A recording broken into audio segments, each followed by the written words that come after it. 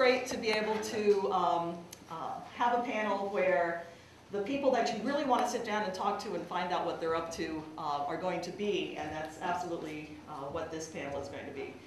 We are going to focus today on the transformation in storytelling techniques, particularly about how video and interactive features are changing news production routines.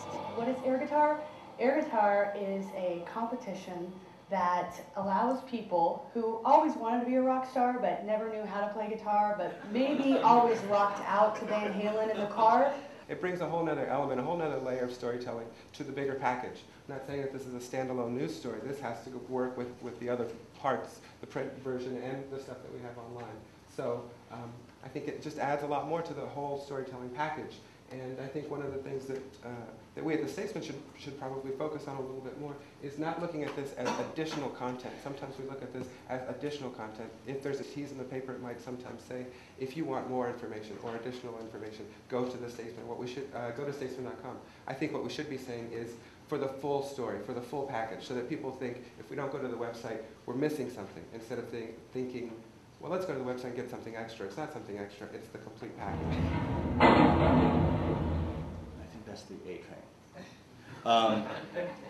And the rendering of the graphic obviously was done over a few weeks, but it was also published in the print side. Eventually it's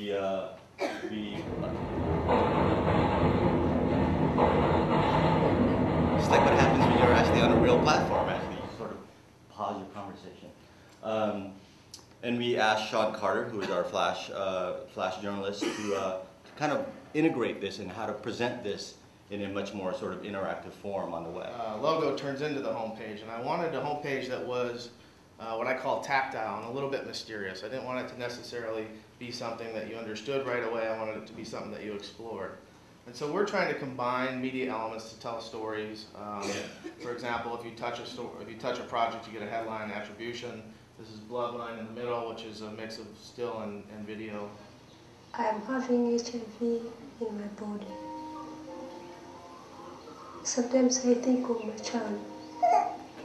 If I die, where is he going? Who is going to keep him?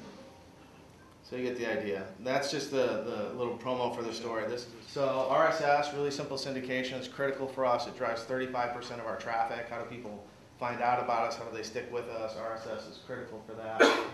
This is our newsletter that I mentioned. Again, that's what shows up in your inbox. It lives up to the brand.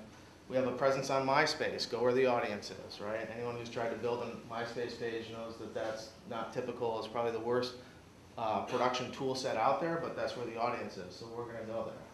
We have a Flickr feed so that bloggers can pick up our images and promote our stories of all the different projects. And it works. I mean, there was a process where one blogger in Russia picked up this story, and our traffic was up 6x for like a week, all coming from Russia with love.